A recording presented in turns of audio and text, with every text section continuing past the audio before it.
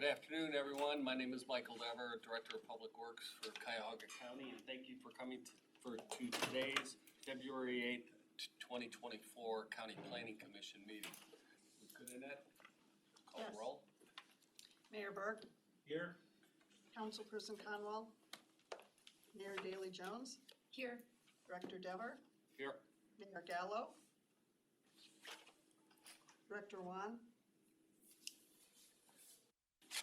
Mayor Kurtz, Here. Mayor Orcutt, Here. Councilperson Simon, Here. Mayor Weiss, Here. Mayor Wheelo. Here. And Councilperson Conwell. Present. So We've got a thank you. quorum. Thank you, Annette. Really appreciate it. First off, I'd like to just reach out and welcome our new members to the County Planning Commission. It's great to see you coming to join us, and looking forward to your insight and your expertise as we move forward in this coming year. Any other comments from anybody? Well, we welcome Georgine Wheelo because she's standing strong as the female. Balance out the side here. I said I was always on that side. I know, you switched everyone out. With that, I'll move on to our next item, which is the organizational meeting. Sure. So at this meeting, this is held every year before the end of February. So our February meeting generally serves as our organizational meeting. We need to approve board chair and vice chair, and so we can take nominations for that, and then also approve the 2024 board meeting dates that are in your packet. Outstanding, so thank you. So with that being said, before we take the nominations, I will let the board know that I am interested in continuing to serve as chair of this commission.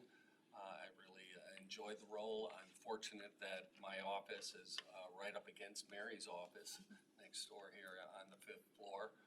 So there's opportunities for us to collaborate and communicate quite frequently on any issues that may come before the board. So I just wanted that to be said. And with that being said, can I make a nomination? Mike Dever to continue or be elected as chair? Appreciate that. I'm sorry, I was opening the floor Oh, also sorry. to others if they wanted to make any. Is there any other nominations, I guess? Comments? I third it. Hello, welcome. Aye. If we could make note that Director Wong and Mayor Gallo are in attendance also. Should we let them know what's happening? Yeah. Yes. So, Move backwards. Mayor and Director, we're just going through the organizational right now piece of the agenda. We just welcomed the new mayors that are joined us onto the board also. So right now, there's a motion to nominate myself for the chair of the board, and it's been seconded by Mayor Orcutt. And now we're open for discussion. Any comments? Any questions?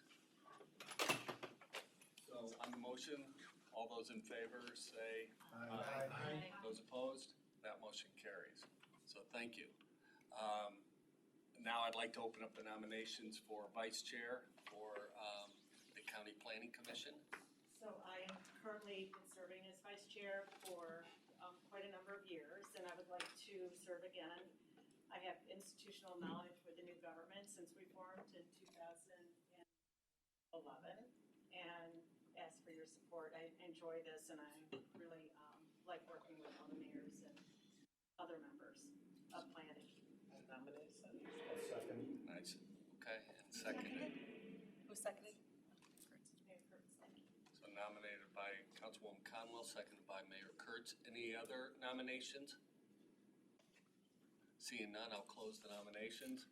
All those in favor, say aye. Aye. Those opposed?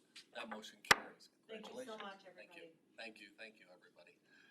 At this time, I'll kind of go out of order and just welcome the county executive that's just walked in. Chris, if you have any comments? Thank you, Chair, and hello, Commission members, team members. I took a 20, you can attest to this, Jen, a 20-year hiatus from my last County Planning Commission meeting. I left in 1999. Yeah, so anyway, it's good to be back. I used to work for county planning, for those who don't know it. So it's good to be here. Value the organization tremendously. I think this is the place where, among a few other organizations, we regionally collaborate. And so it's good to have the mayors and the council members and team members from around the county around the table. I want to particularly say congrats to the new members of the commission who are here, and to those veterans now. Thank you. It is it's a wonderful organization that I hope for the newcomers, you'll benefit a lot from it, and it will benefit from you, your insights in your own communities, but also, again, how we work regionally on regional solutions. So, and to the director, thanks for the work you do with your team. We lean a lot in on you from the county for consultative work to the rest of the agencies, but also obviously out to our communities. A couple of projects I just want to mention, very excited about. I've been a longtime supporter of the county green print. Seeing that continue to connect to communities and give our residents more access to parks and green space. Great work with the county planning team doing that. Lately, I've been watching the work of transit-oriented development. Had an impromptu conversation with the general manager of GCRTA today. We ran into each other at lunch, and we were talking about her enthusiasm for some of the TOD work that she credited the CPC for your work to help guide their work at RTA. So those are two projects that certainly come to my mind, but there's a whole lot of other things that, from infrastructure to looking at stormwater work, and also just that entirety of being in the Great Lakes Basin and how we manage to connect to our waterways and not do damage to them, but accentuate the fact that we're in what I call the freshwater capital. I quite literally wear it on my sleeve with the Great Lakes every day. So again, from water to parks to transit to land use, we can teach each other a lot. And lastly, I just want to say, I think that the County Planning Commission, which is truly where I got my first job at the county, I remember it like it was yesterday, it's really the place where, as I know the mayors know this, we can accentuate quality of life if we plan right and create communities that are lifelong, from the earliest days in life to your latest days in life. We can create these complete communities where people can stay and have walkable transportation options and great housing options and access to what makes for a more complete community, all those things. Plan well, and we'll do well. And so we count on you at the county across our 59 communities. Thank you. And I'm just sitting in for a few minutes, and thanks for having me. Thanks for coming. Appreciate it. Okay, if not, we'll move on to comments from the public. Has anyone signed in or would like to speak during public comment? Seeing none. Okay, we'll move on to the next item, the approval of the minutes from December 14th. Can we do the meeting dates? Oh, Sorry, okay. I'll back up a little bit. We have submitted and put out to everyone the meeting dates for 2024. If you have an opportunity to look in your packet, I'm not sure that you put them up. Are they on the screen there?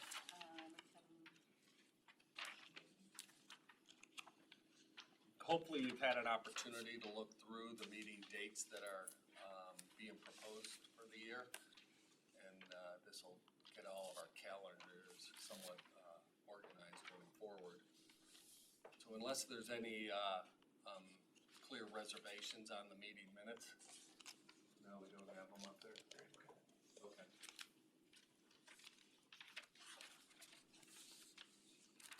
So right now, if you look on if you have your written packet, oh, there you go, I'm sorry. Thanks, Kevin, appreciate it.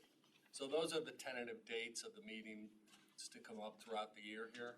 I'm not sure if anyone has concerns or anything on timing. They took into consideration any holidays or issues that may have arisen, but I really don't see anything personally when we look through it. So if there's no objections, I'm going to make the motion to adopt the schedule for 2024.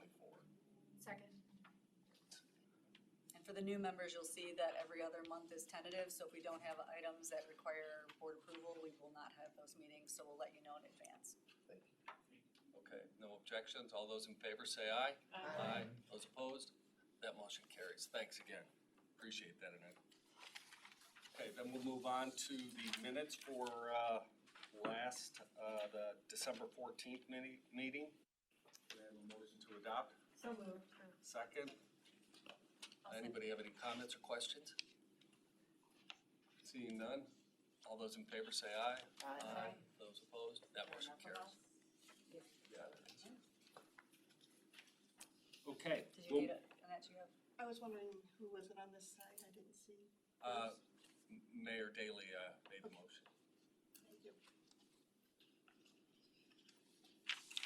And also in your packet, sorry, Mr. Chair, just there, I did include our current org chart of the team, just so that you know who is here on staff. And so I think it's important for you as they work out in your communities and your neighboring communities, that this is our amazing team. So I'll make sure that you have that as well.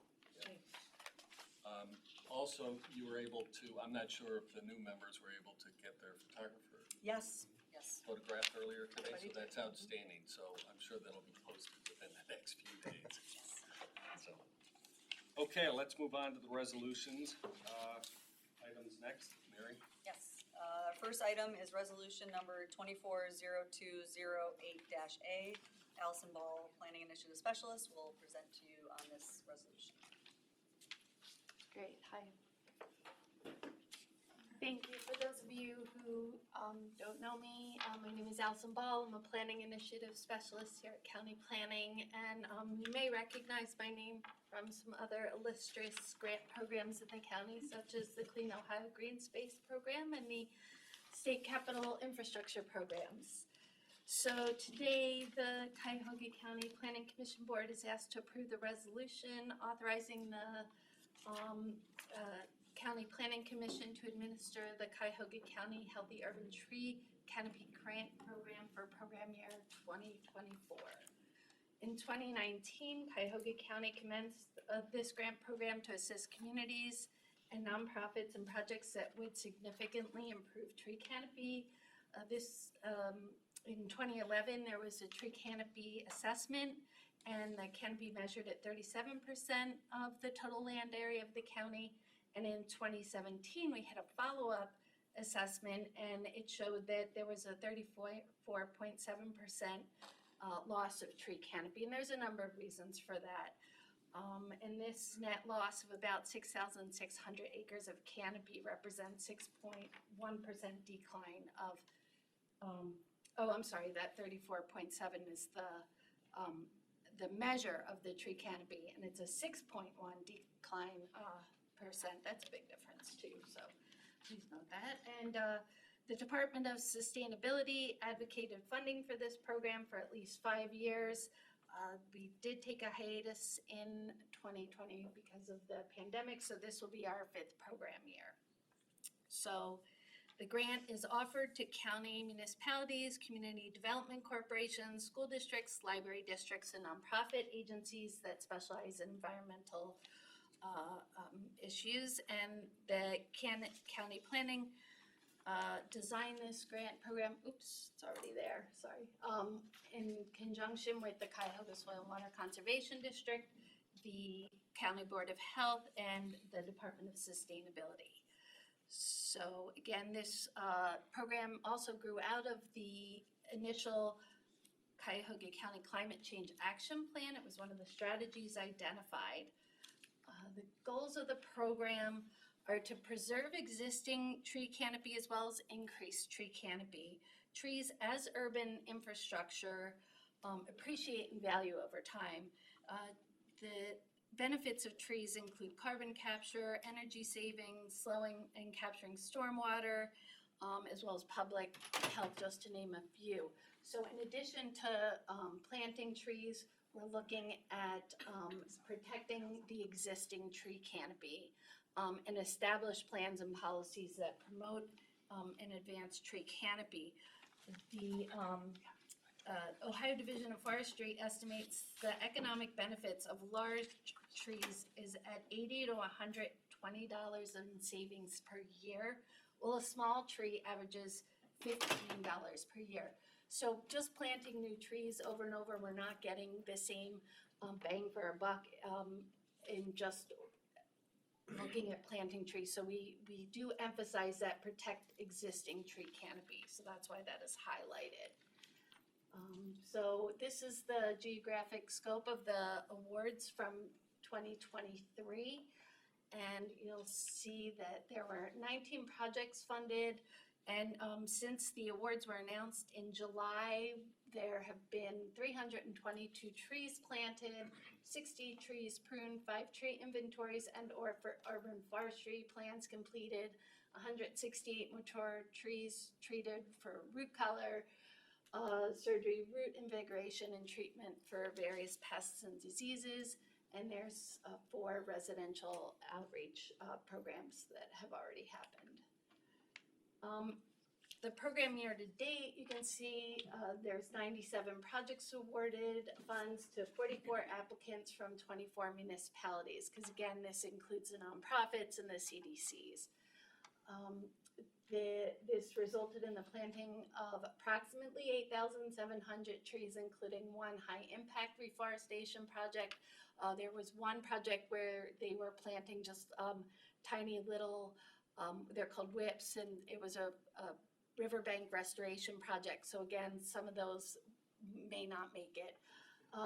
And then 27 urban forestry plans. So a lot of our awardees are now implementing the plans that have already been funded. Over 16,000 potential planting sites identified for based on size and soil, and funding for tree nurseries in Cuyahoga County, the Riddle Green Partnership, which is in Cleveland, and the Stearns Farm, which is in Parma, and a unique partnership with Holden Forests and Gardens on a long-term research project on urban forestry. This has been really helpful for us because they've been doing a lot of the tracking. This is a multi-site and multi-year experiment testing the effectiveness of soils from the native forest, a local native forest, added to the soil to see if it will help trees grow faster and establish faster in the urban environment. I'm not going to go into all of this, but it's a long-term project, and it's the first of its kind. But the initial reports just came out this year, and so the project sites cover all sorts of urban green spaces, including libraries, schoolyards, courtyards, cemeteries, city parks, boulevards, street trees. Each site within the study has slightly different microclimate and soil conditions, but what you'll see here is good news that there's good survivability of our trees. So 18 of 23 species have 100% survivability. The one that has the lowest, and I believe it's a sweet gum, one of the reasons that one is having so much difficulty, or appears to be having so much difficulty, is it's the least amount that was planted. So again, this is just initial results, and it's going to be ongoing with some soil studies as well. However, in the, I don't know which one to point at, but if you look in the chart in the lower right, there's the relative growth. You see a slight difference with the trees that have been treated with the soils. Moving into program year 2024, we're pretty much sticking with the same program as last year. Some of the changes include the managing the grant program with the Neighborly software, which is an online grant management system. So the applications through the reimbursements will all take place through this online portal, similar to other grant programs in the state. And then we were also about to embark on mapping, so getting an online mapping program through ArcGIS, and again, it's in the lower right.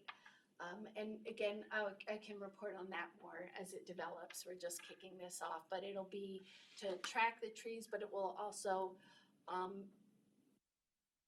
look at the trees over time and keep that database going. So this program is a competitive grant program, and some of the criteria that we're looking at is comparing urban forestry initiatives of the different communities or the organizations, existing tree canopy in the cities and the geographic area, equity zones, implementation of the program and survivability plans, community impact, and need. So these are all things that will happen. Keep in mind, the program year 2023 is still gonna go on through December of we have 3 planting seasons, so we have 2 more planting seasons. We will kick the 2024 program off in late April in conjunction with Arbor Day, and this is the proposed schedule with always the asterisk that all dates are subject to change. We have about a month for the applicants to fill out their applications, and then another month for review, and then get going on the awards. Okay, thanks, Allison. Does anyone have any questions, comments? Thanks, Allison, so much. What's the application deadline? The application deadline is Thursday, June 6th by 4 p.m. Okay. Yes. And we'll make sure that we share all these slides with everybody after the board meeting so that you have that information. But I just want to commend Allison because this, as you can imagine, is a labor of love. Annette, Jennifer, Susan on the team really put a lot of time and effort, and each year that we've administered these grants has gotten better. This Neighborly software was something, Allison went through Yellow Belt training here, and she wanted to find efficiencies and ways to doing this better for reimbursements to submissions, and so I just want to commend her for her work on this, and I think this program year 24 will be hopefully the best one yet. And demand exceeds demand Yes. exceeds our resources. This is a very popular program for the county, and we're hoping to continue it after the 5-year. Council actually, hopefully, we did allocate funds to continue because this is something that makes a huge difference for climate, helps the communities, and people need this. We know things are getting hotter, Yeah. so this is essential to mitigating the. And February day, it's 55 outside. I know, Yes. don't you say Feel today. this room, sorry, it's getting a little warm. Say today.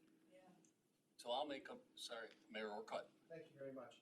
Just a quick question. Well, first of all, Elson, thank you very much for the program that you run. It's a fantastic program. We've been able to take advantage of it in our park, and it's been very successful with overview of that program. Last year, we did talk about, I believe somebody had brought up the program overview.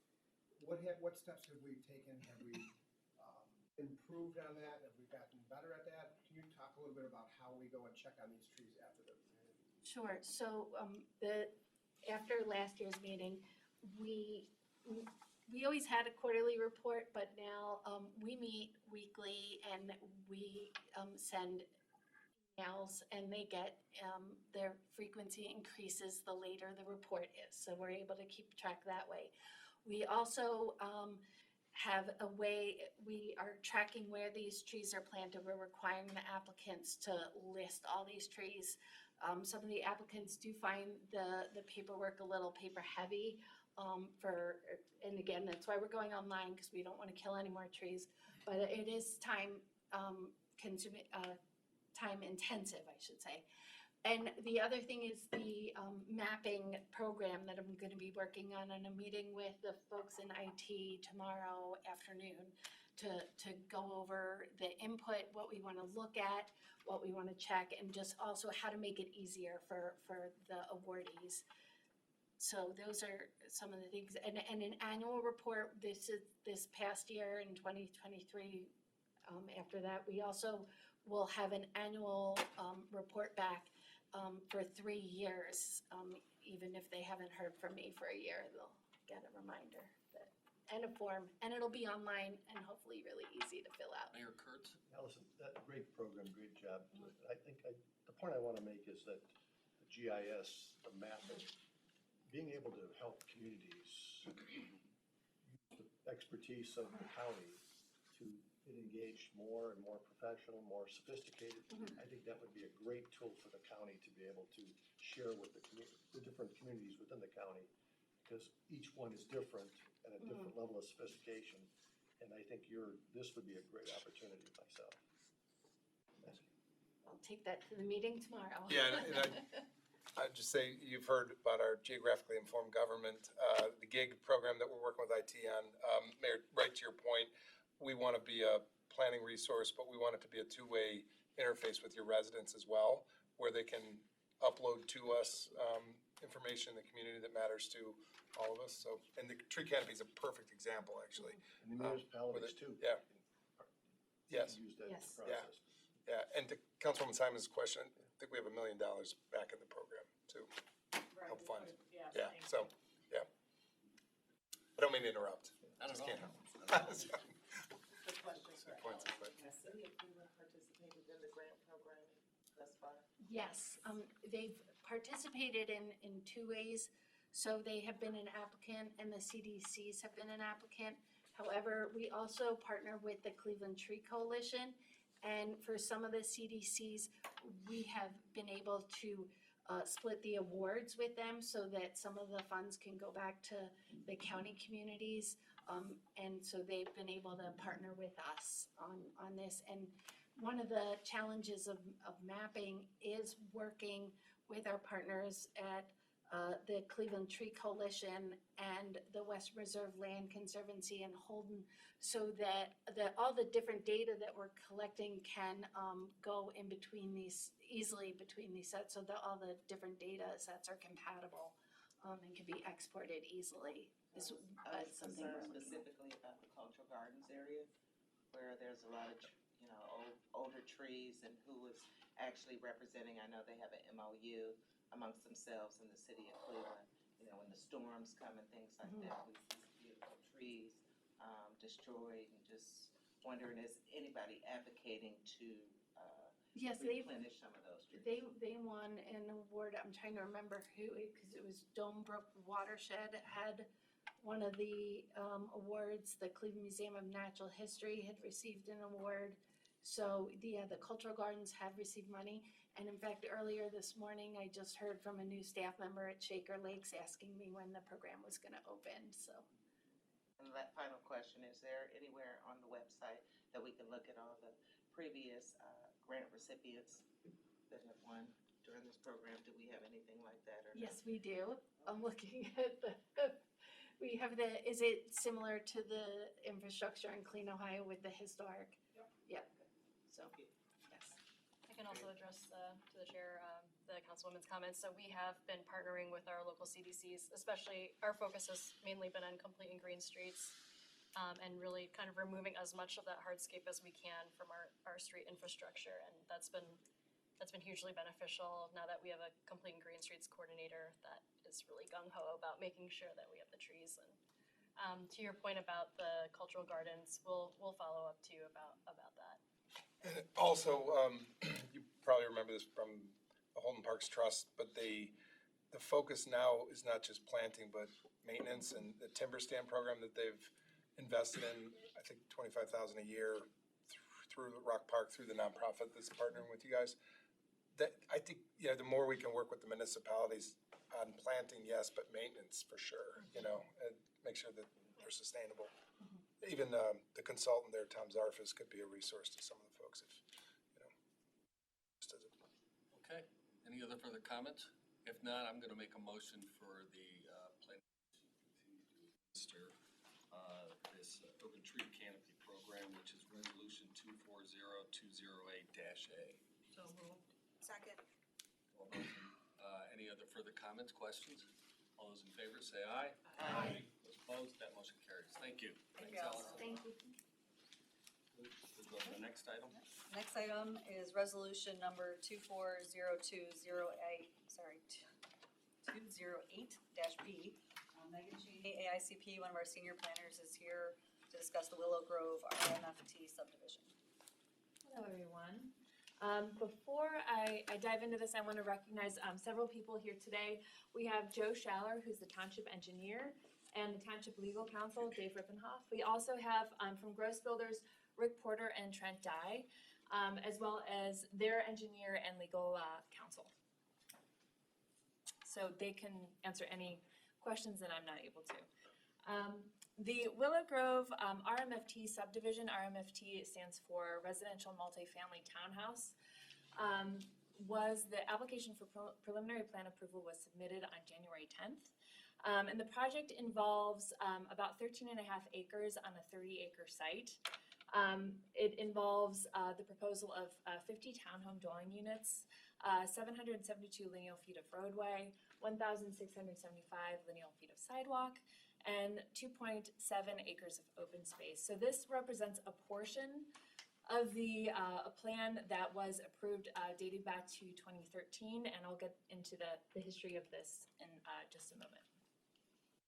So this is turned on its side, so the north arrow should be going this way, but the project is just located south of Bagley Road, between Bagley and the Turnpike, and there you can see in the kind of bolded dotted line is the project boundary in the context of the broader parcel. The hatch marked area towards the south of the parcel is the open space, and there's a walking path provided from the development area to that open space. And there's a kind of a zoomed in. You can see the footprint of the buildings there, the 50 townhomes to be divided among 8 separate buildings.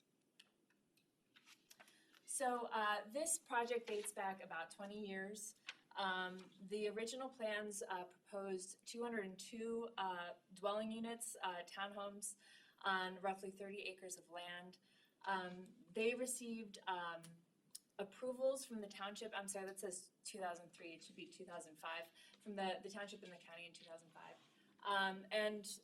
After the conditional approval of the preliminary plan received by the County Planning Commission, Gross Builders filed a number of extensions to extend the conditional approval of the preliminary plan.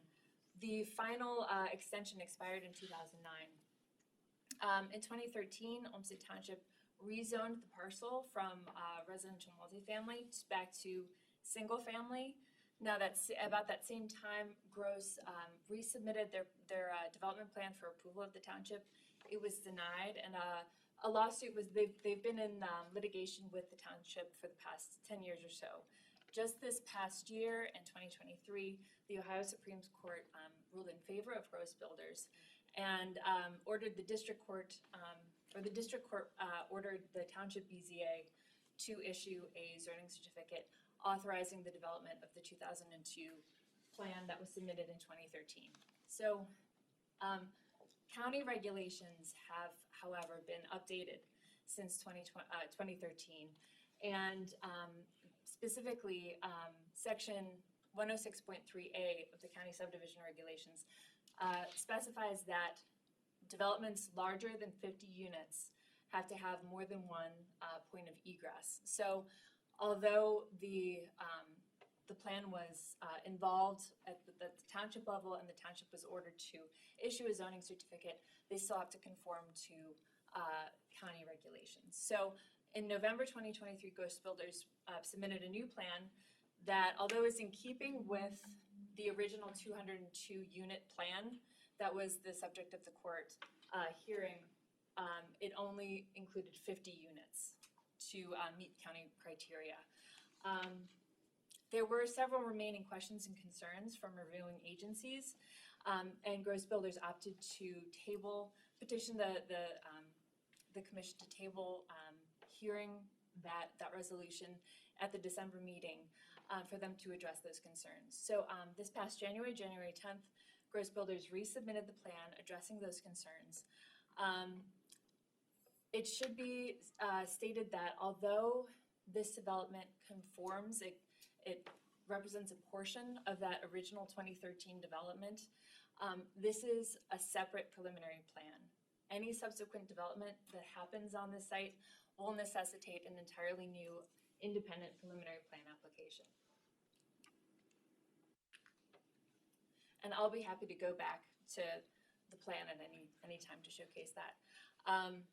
So we have found that Gross Builders submitted all the requisite information for a complete preliminary plan application.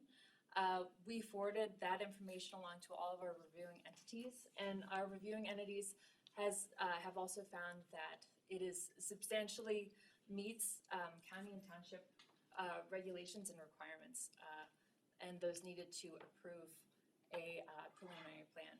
So County Planning Commission recommends conditional approval of the 50-unit Willow Grove preliminary plan, subject to the following conditions. One, that it be updated to indicate that open space is permanent rather than temporary. I was just speaking with Rick, it was a typo, which we figured that I'm sure they will be happy to correct in the next few days. Also, we will need assurances that the area outside of that limit of disturbance, let me go back, will not negatively impact the aesthetics or the stormwater of neighboring properties. Yeah, go ahead. Just a question, that plan, can you go back to that plan for me, absolutely. please? I'm new at this, so I gotta figure it out. That's okay. Were the 202 units for that property, specifically for that property was approved It by was. the court? Mhm. And now the plan that they resubmitted is now 50. Just 50. And that's because of the layers, the county, and everyone Correct. determined this is what's best for that property? Correct. It's when the county updated their regulations in 2007, now they had already been grandfathered in because they applied in 2005. In 2007, the county updated our subdivision regulations requiring developments over 50 units to have at least 2 points of egress. Because they had been grandfathered in years prior, but since it lapsed, and we also did another update in 2020 and kept that provision. So that's kind of the most prominent regulation to where it didn't meet, So that's, it's our the standard. ingress that's creating this That's dynamic correct, yeah. between the 200 and the 50. Correct, and it's sandwiched in between. On one side, to the east is the Olmsted Falls Middle School, I believe. And then where the property is kind of stepped, there are a few single-family homes. And then the Olmsted Falls Middle School is on the western border. So that just comes out to that somewhat narrow patch on the Bagley. And what's to the south where the cul-de-sac is? It's the turnpike. Oh, okay. If she could just go finish the presentation and then we'll bounce into questions, Yeah. that's okay? Appreciate it. I can leave that up. I have that, all the conditions of approval printed out here. Also included are of a condition of approval, the required permits and deposits need to be submitted to Olmsted Township per the Township Comprehensive Stormwater Plan regulations. A favorable inspection needs to be made. There was one foundation for one of the buildings was poured in 2006, I believe. So a favorable inspection needs to be made of that existing foundation before they are permitted to move forward with those building plans. There are a number of items that were detailed by Public Works in the staff report pertaining to specific questions and concerns that need to be addressed that are appropriate at the improvement plan stage that will also have to be addressed when improvement plans are submitted. And lastly, building and engineering plans need to be submitted to the Township Building Department for review and approval at time of improvement plan submittal. And let me just forward, I can move back in just a second. So just next steps. The developer will meet the conditions set forth in the resolution. And then gross builders can submit all the required plans involved at the improvement plan stage.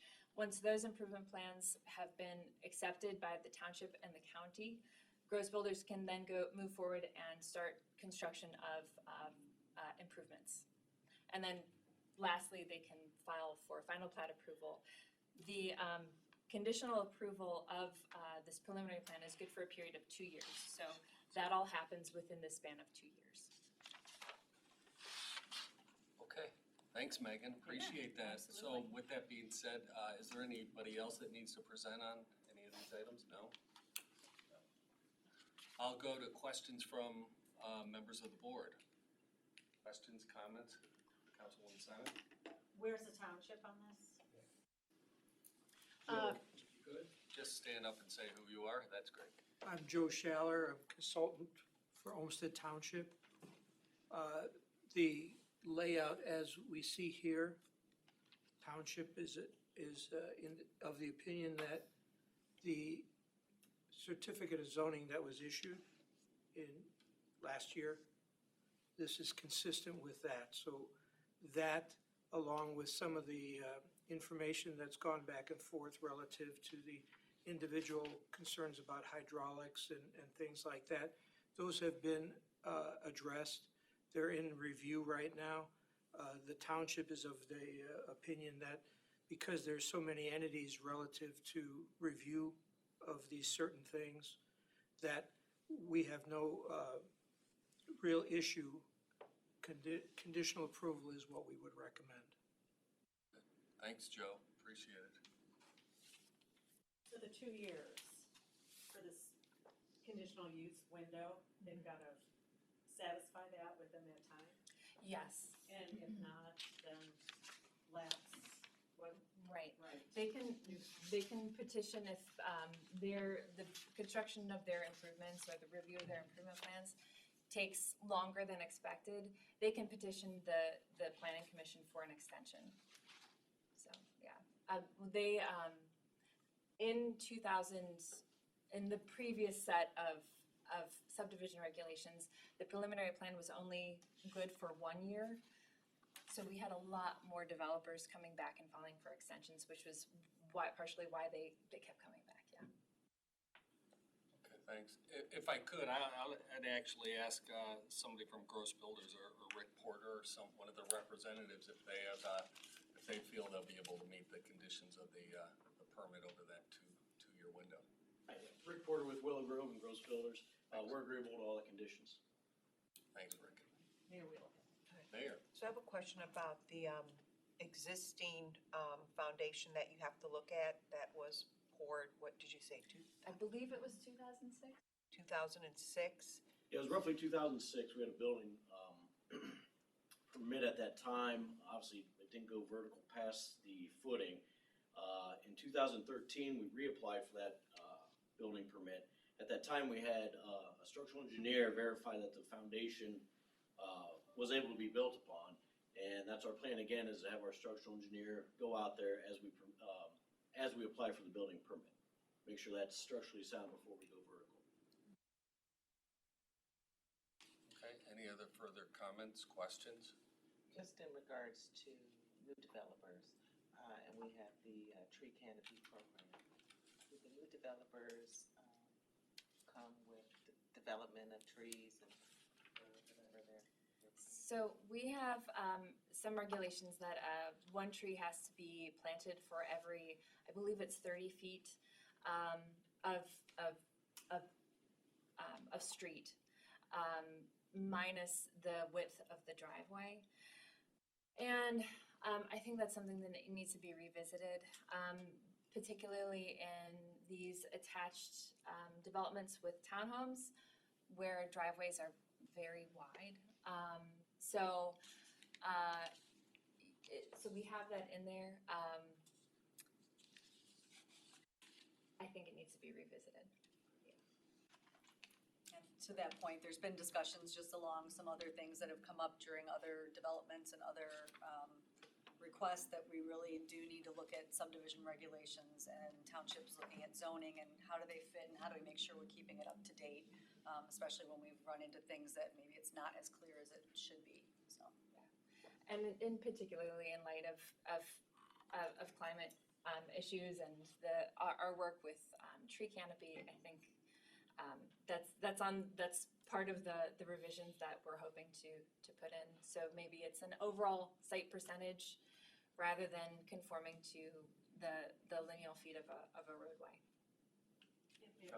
Yeah, so we talked about that, Yeah. having a better zoning plan to address these things, and what's the status of that?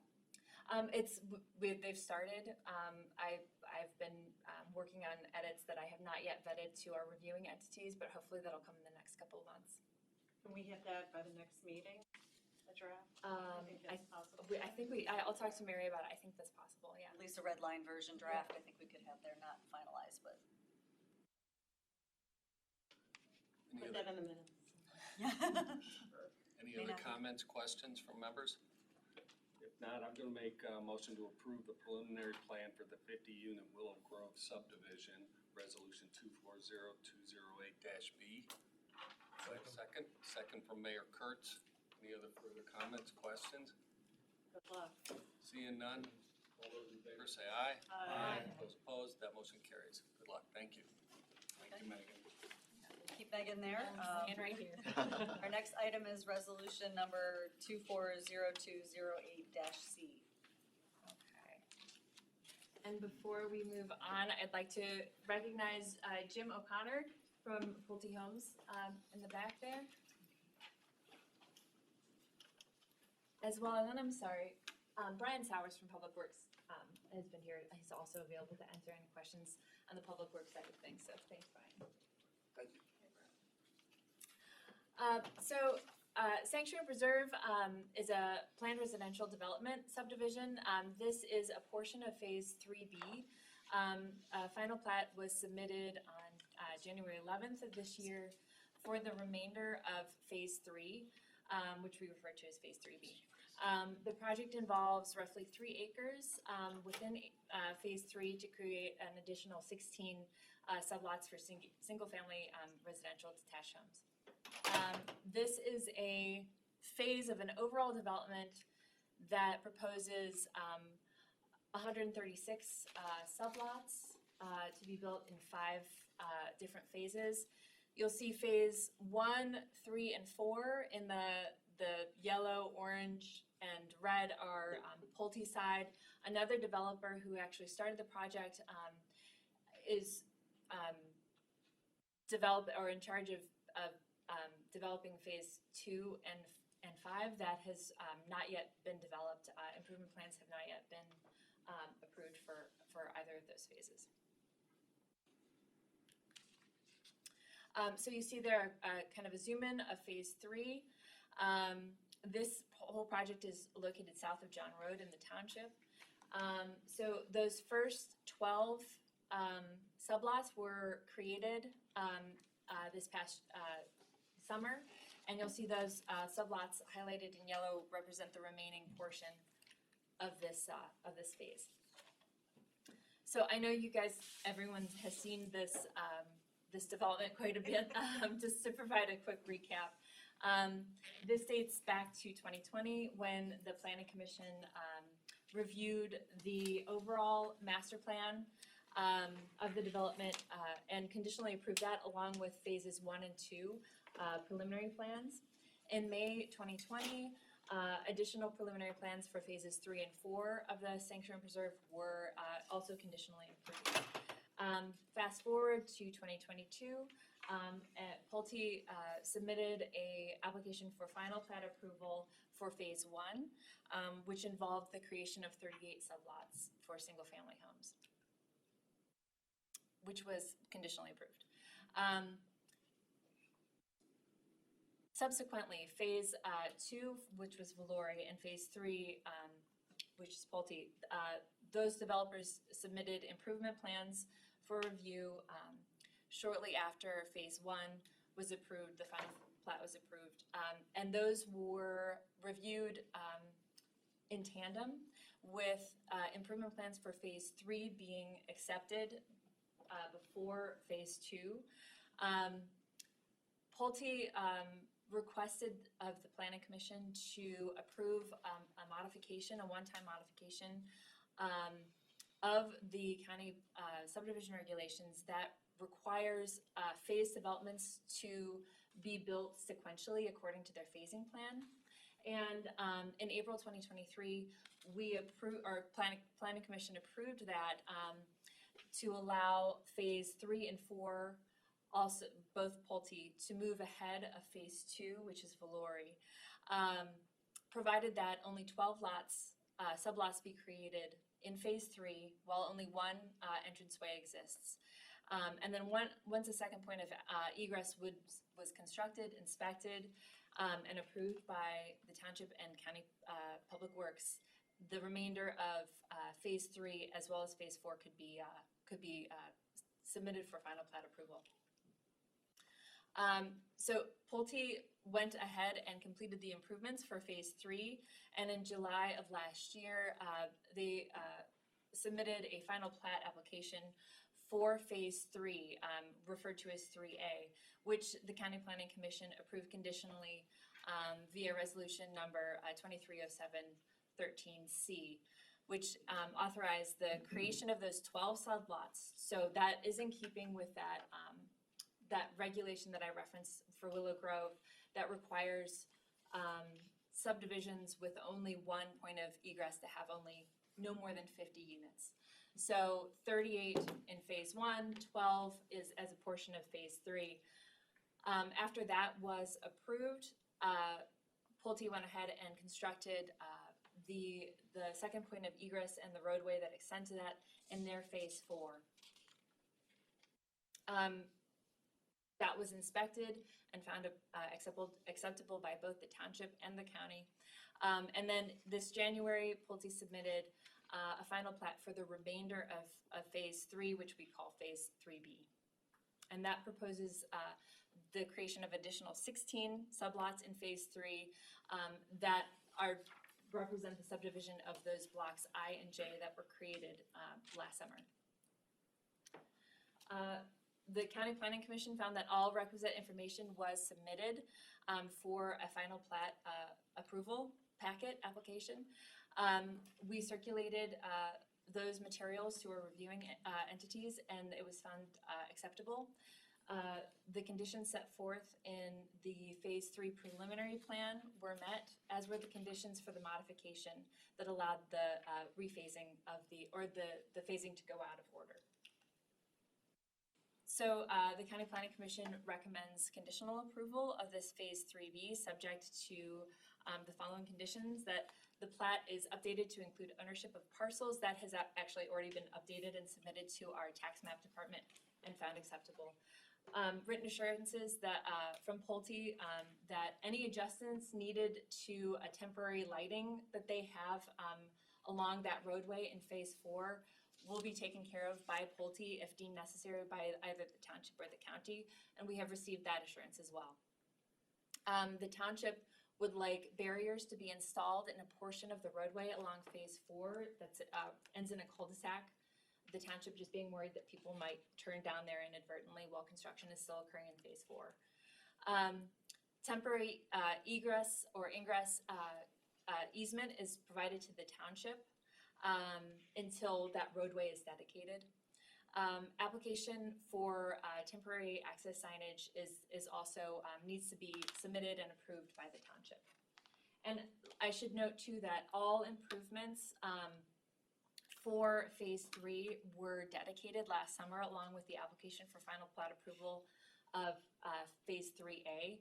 So there's no necessary dedication with this Phase 3B plat, because all of the improvements were completed, found acceptable, and dedicated. The public improvements and rights of way were dedicated to the county last summer.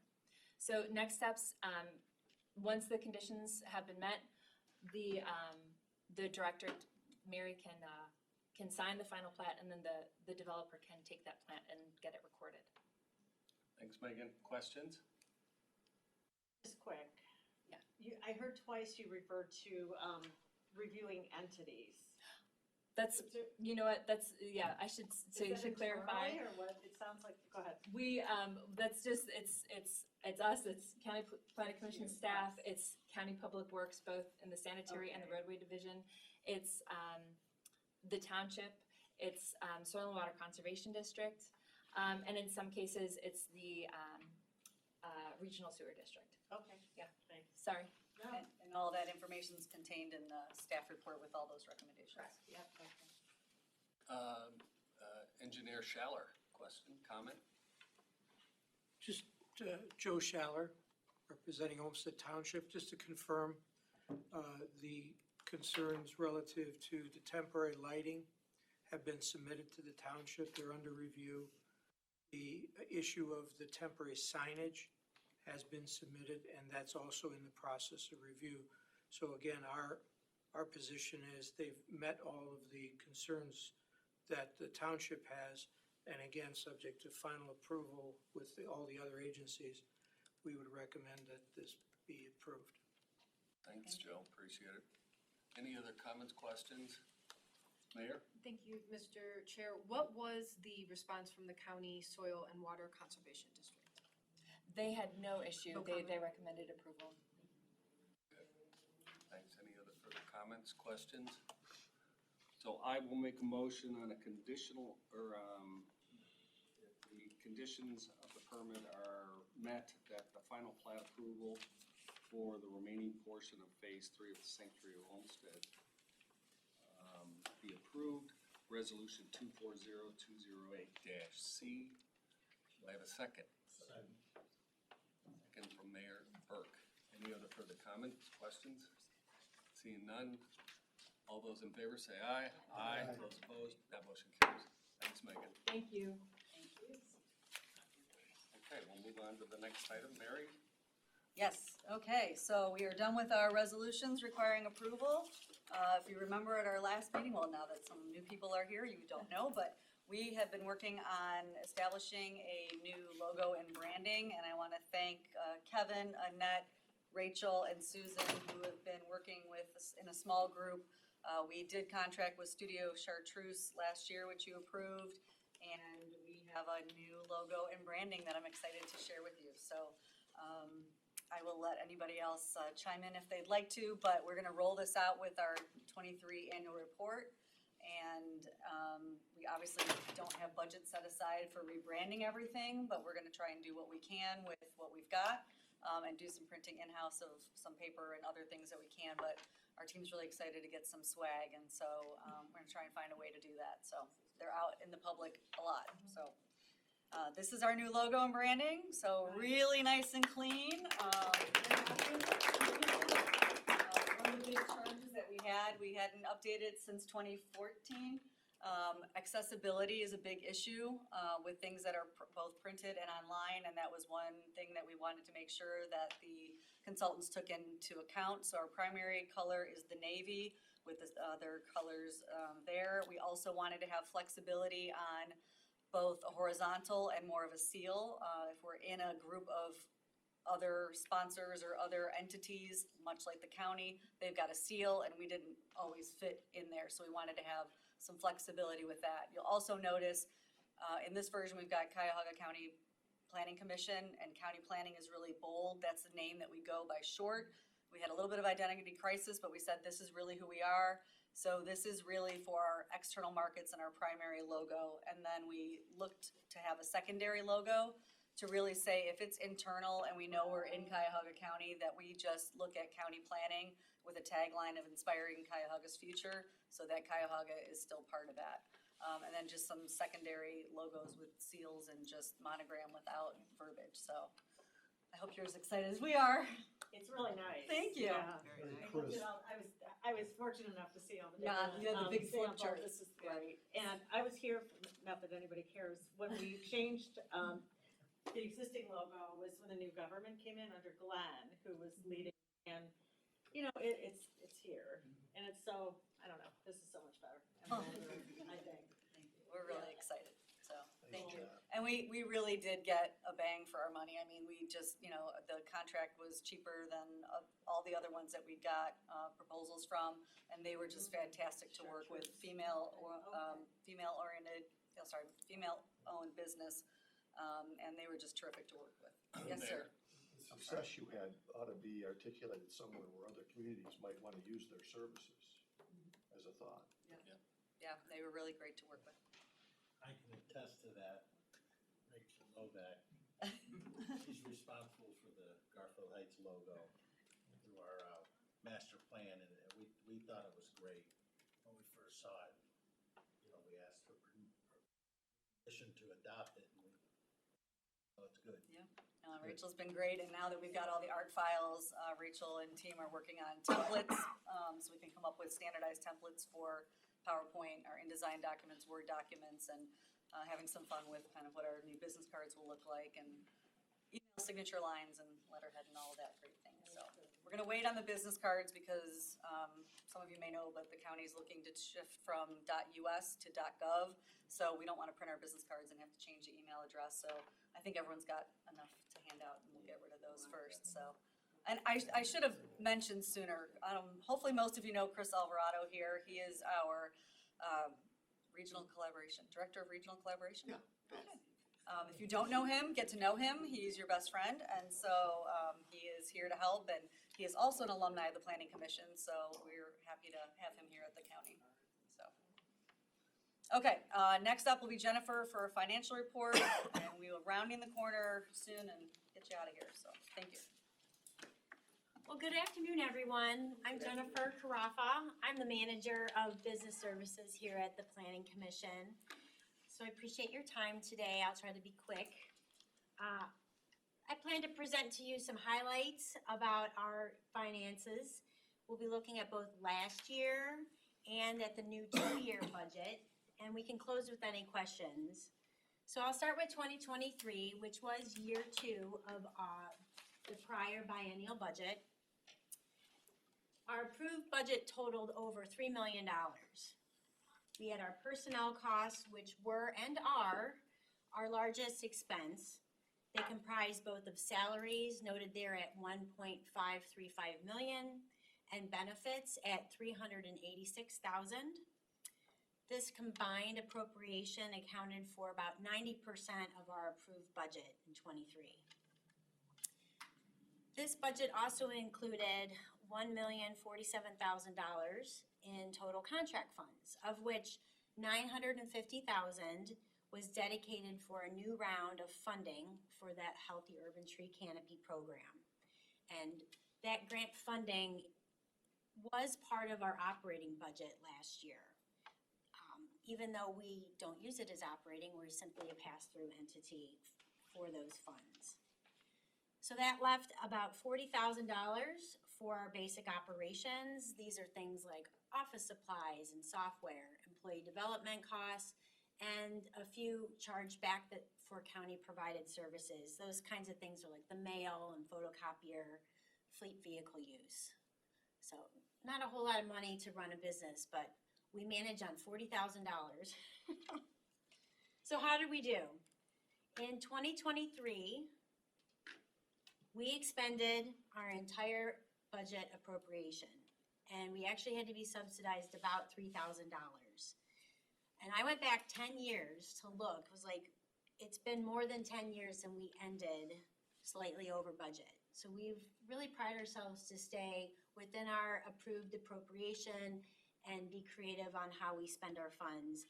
And I still don't see this as, a deficit on us.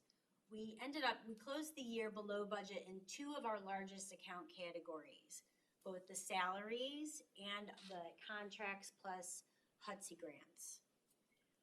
We incurred more was in our total benefits costs, which was about $55,000 more, and then minimally, which was about $4,500 more in our combined operational costs. And both of which we had forecasted these shortfalls back when I presented in September.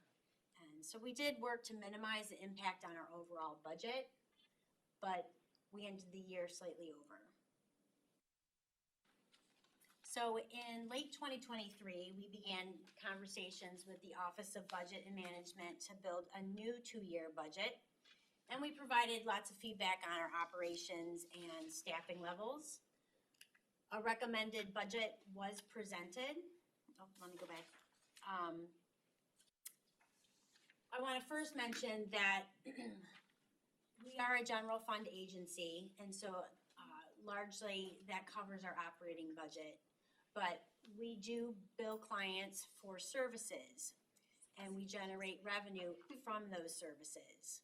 These deposits, however, do go back to the county general fund.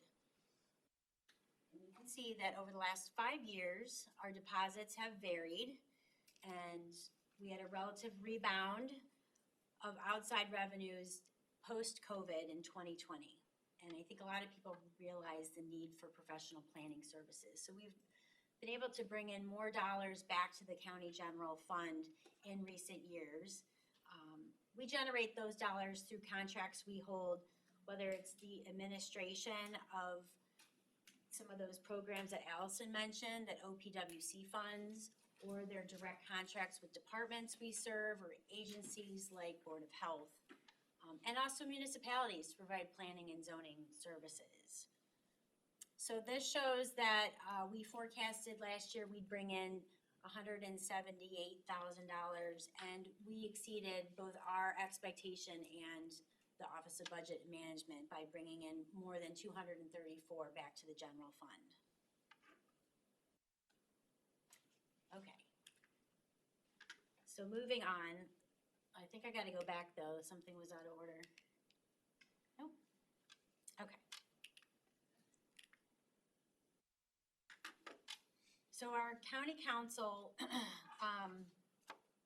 hearing was held in November of 2023.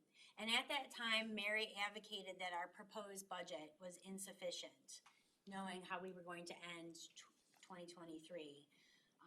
And that we needed additional appropriation to maintain our current staffing levels. We knew we needed additional benefits costs, we had higher operating costs, and we had certain contractual obligations to fully cover our balance. So County Council approved those requested increases. They granted approximately $121,000 for the 2024 operating budget and $137,000 next year in 2025. The biggest difference is that unlike our prior biennial budget, this approved budget does not include funding for our HUDSI program as part of operating, which is great because we've been advocating for that since the program started in 2019. So what does our budget look like? Sorry, if you could just, on that one, it also didn't provide funding for our vacancy of a principal planner. Sorry, it was in your note, but yes. And if I can too, it didn't cover existing personnel too, right? There was a gap between salaries. It was, yeah, from the time that took a snapshot to where we were at the time, correct? That is correct. Okay. So the last point is that County Council was of the mind that they would only fund filled positions, and so entertain a vacancy, our Office of Budget Management is looking at that now, but that is not how they built our approved budget. It's only on filled positions. And we total 19 right now. Okay, so our County Council approved operating budget for '24 is roughly $2.1 million. That fifth round of HUDSI funding was not put into this operating budget, but it was put directly into a separate accounting unit that we manage, and it has a lifetime budget. So it's still funded.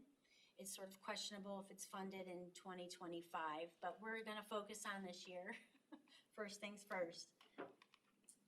What this current approved budget shows you is we did get those requested additional dollars that council granted, but they were put in full into our salaries account and not distributed among all the other accounts that we hold. It left very little in our contractual obligations. You can see $821 is supposed to carry us through the year for contracts. And then this shows we had fewer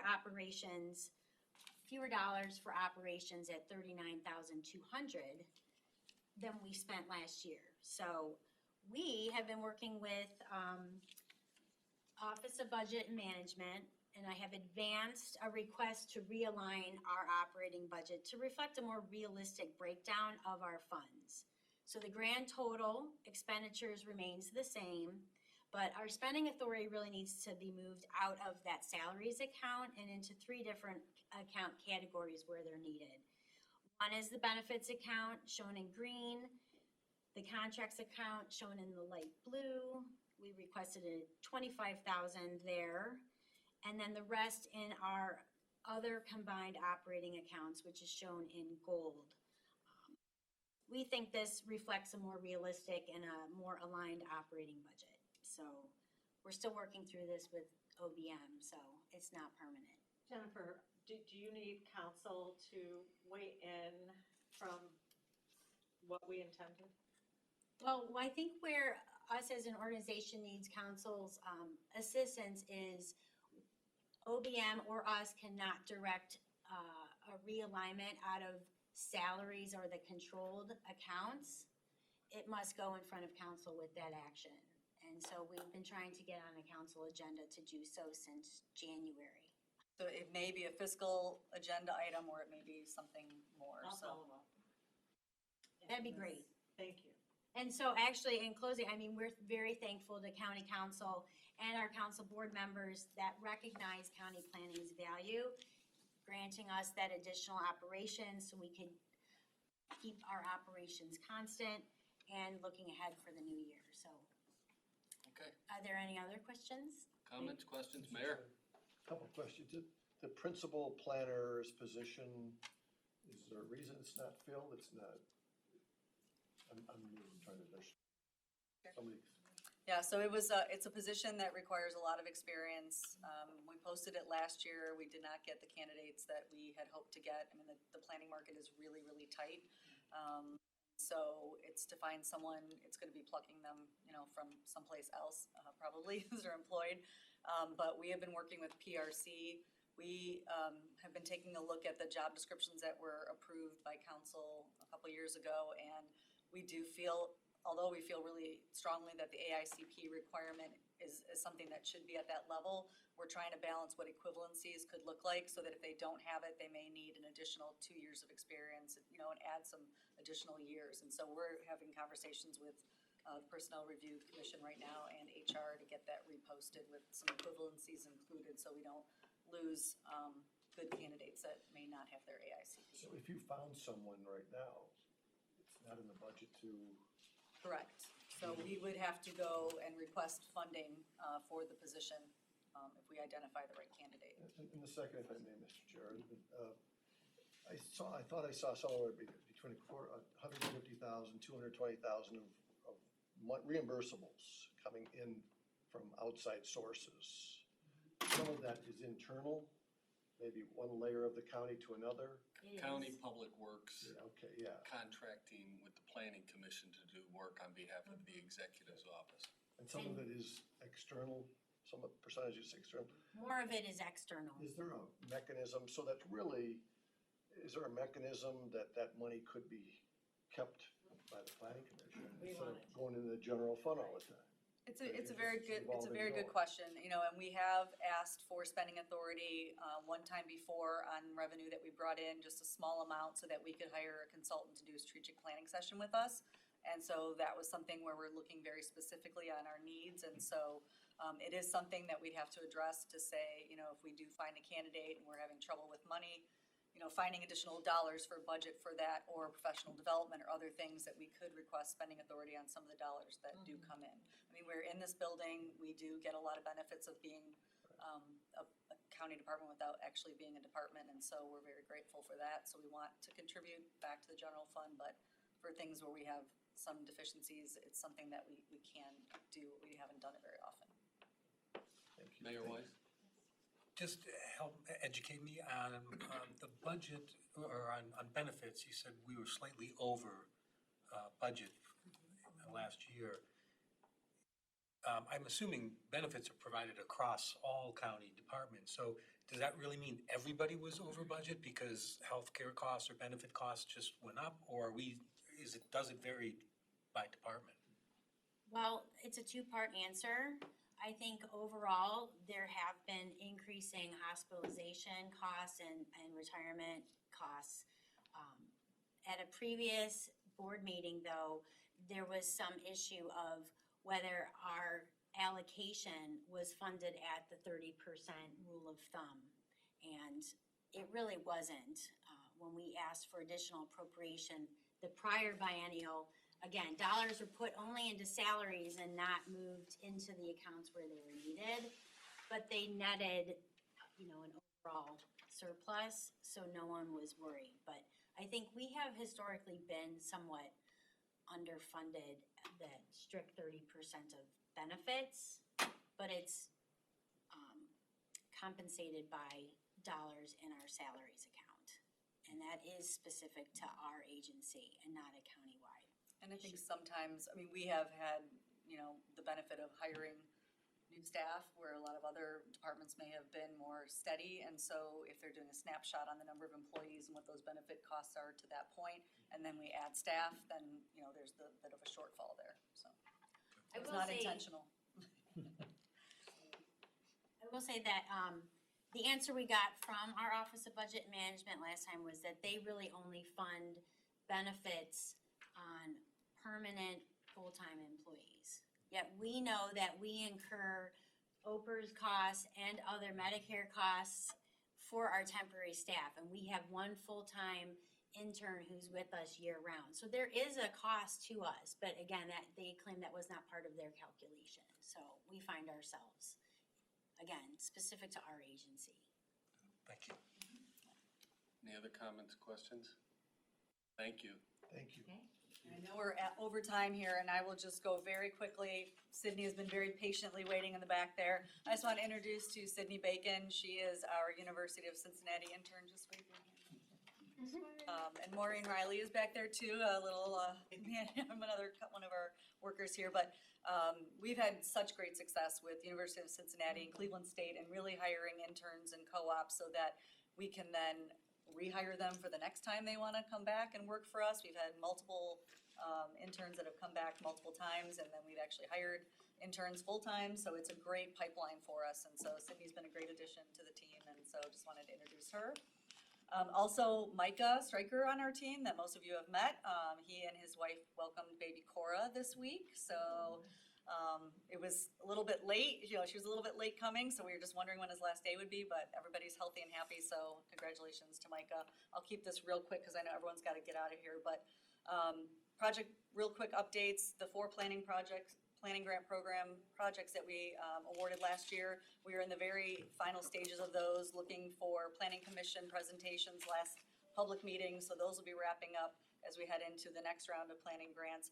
Also, just to Chair Dever and our county executive, we've been working really closely with a lot of departments in the county to help with advance the work that we're doing and help them any way that we can to be a resource. So it's been really great working with a lot of different departments. We have got our summer internship posted, and I think we talked enough about the principal planner posting, but that's something we're working towards as well. We just had an interview with Cranes on Tuesday on the Greenprint Explorer tool, so hopefully we'll have an article coming out soon. It was published today? Great. I've been so busy, I haven't even seen it. But we also talked internally yesterday about trying to find a way to make sure all the directors within the county know about it and the usefulness of it, so that we can get data very quickly on a very numbered of different fronts. So that's exciting to get out there. And then the annual report, we're hoping to release the very early part of March. So great team working on that, highlighting our successes from last year and where we're going this year. So I think that's it. Planning grants, we received seven applications this year. Maple Heights, North Olmsted, Cleveland Heights, Independent, Richmond Heights, and Olmsted Township. So right now, we are soliciting feedback from all the staff. We had some follow-up conversations with those communities last week to get additional information, and then the managers group will be scoring those applications next week, and then we'll be announcing awards by March 1st. Outstanding. Thanks, Mary. That was quick. That's it. Anything under old business? Seeing none. Anything under new business? Okay. Once again, welcome Mayor Weiss, Burke, and Kurtz to the Planning Commission, and looking forward to working with everybody here. Anything further for our attention? Seeing none, I'll make a motion to adjourn. So second. All those in favor, say aye. Aye. Thank you, thank you, thank you. Thank you. Sunny first.